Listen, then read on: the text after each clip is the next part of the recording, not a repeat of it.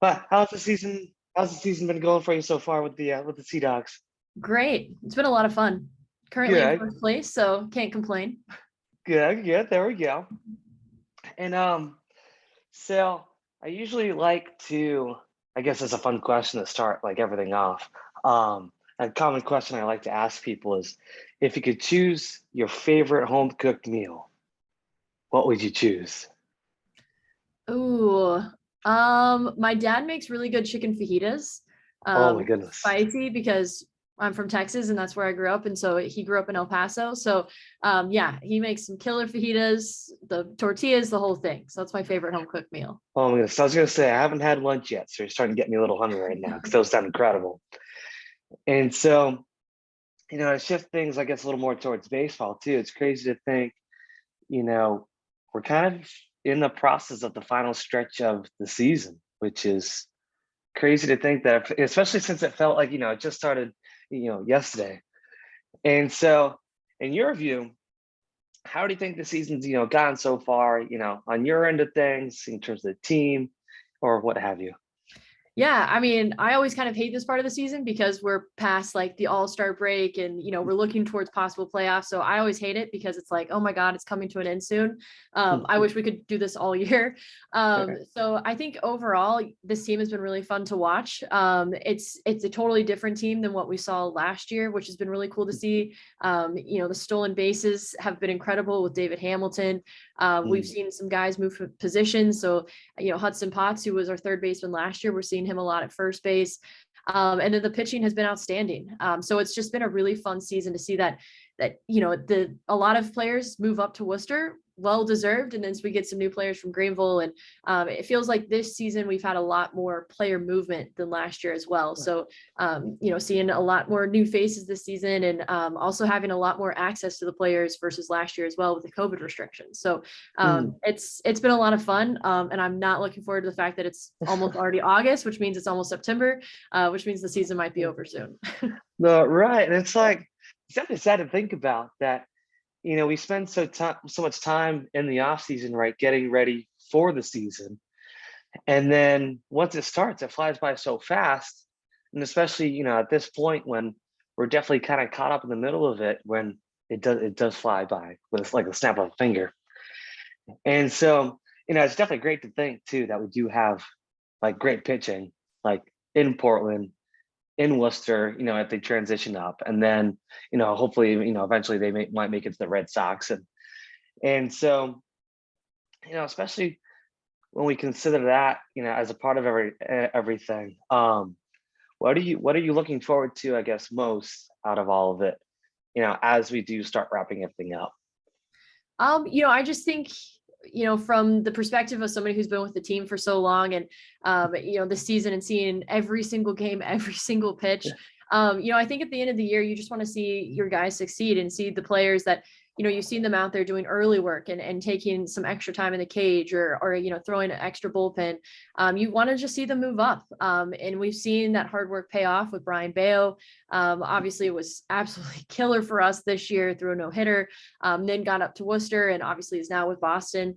And so I think that at this part of the season, it's a really good kind of test of just the grit and the quote unquote grind of the season of baseball. Cause yeah, we did still just have the all-star break, but it's still such a long season. And I mean, you do this day in and day out. So it really is kind of like the physical and the mental test at this point to just get to the finish line. And hopefully that finish line is actually pushed back a couple weeks for playoffs. So it's an interesting kind of test as the last part of the season gets going. Sweet, awesome. And so, to kind of have like another quick shift here. So, regarding your position, what's something that really excites you about work every day? Oh, I mean, for me, it's pretty simple. It's just being able to wake up, do my job, and knowing at the end of the night, I get to put on a headset and I get to call 9 innings, plus or minus, depending on the night, of baseball. There's so much more to my job than just calling the game. Even outside of just the preparation work for a broadcast, there's just so many different aspects of it that I love to do, but I know that I can do those things or I can put on the headset because I can do those things as well. So for me, it's just, putting on the headset and not knowing what's going to happen. We could have a killer pitcher matchup. We could have Ryan Mata on the mound, and we could have Christian Arroyo, designated hitting for us on a rehab assignment, but you still don't know what's going to happen. You know the stats, you know their history, but it's baseball. I mean, we had a wacky game last night with 3 errors committed by Hartford in 1 inning, and it was just weird baseball like that. It's just like, oh, that's the reminder of why I love this game, because you literally don't know what's going to happen every single night. And that's one of the many reasons I love to broadcast. Yeah, and I've always agreed 100% with that, because I have a lot of folks asking me kind of the same question, in the sense of like, why do you like a 9-inning game that might take 2.5 hours or might take 4 or 5, right? And I say the same thing, because it changes all the time. Mhm. Like, and like I think you said it perfectly too, right? Every night is so different, where I couldn't tell you what's going to happen tonight, at Fenway Park or wherever, right?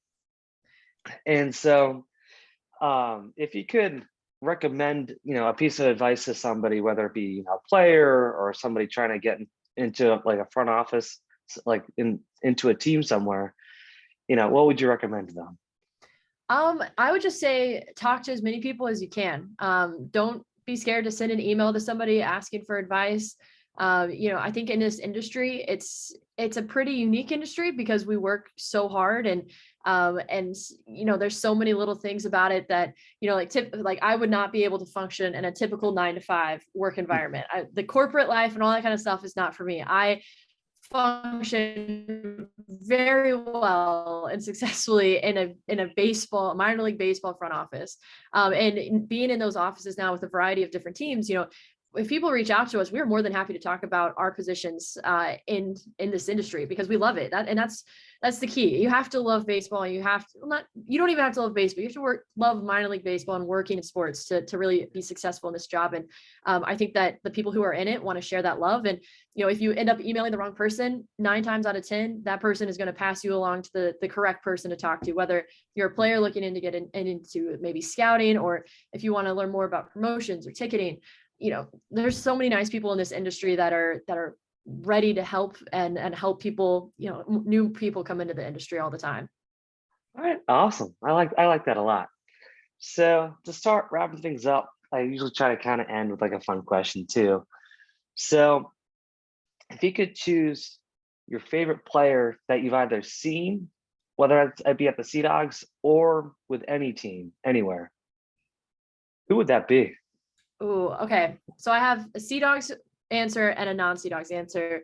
Non-Sea Dogs, Adrian Beltre, with the Texas Rangers.